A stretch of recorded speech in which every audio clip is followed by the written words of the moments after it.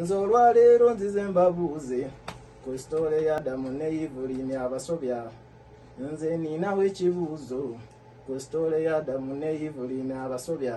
Ddala ekituufu baba basobya, lwaki ate ekivve tufune essanyu? Ekituufu njagala ntangaaze eno edduniya nti ekintu kye bakola omutonzi yali akimanyi, kiri nti lwakuba baayanguwa nnyo nga tannabagamba nti kati mwekuba ensigo, era singa baguma ne bamulinda abatume, ekyo baali kyekoze ne gy'alina abawacepe. Nze ngamba baatugamba batyo muli ffe tukiyige, kyekintu kwetuminkiriza kizaala emiwunyo. Tunuulira obutonde bw'ebinyonyi nga kale enkoko bwe kiba kizitembye ezibanga ziri mu bbato, empanga esobola okugoba enseera bassebo nga temaze girinnyira tegireka eryo ly'essanyu.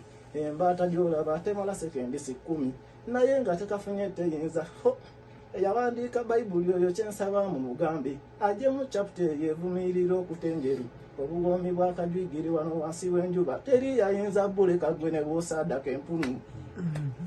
Ebisoomooza mubiri teryakuba ku mukono, tofa ku kyoli kungula, kino kyo kyalina okuba emmandwa kasegu bwekutemba, gwe lumba ku bukya teri yagenda kuvunaana.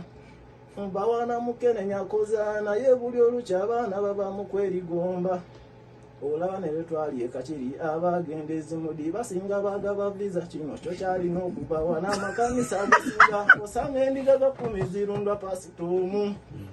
Nange kennyini abiyimbanga sinnasimbula ewaka tusooka kweyisaamu, mbuuza byenjogera ani abiwakanya.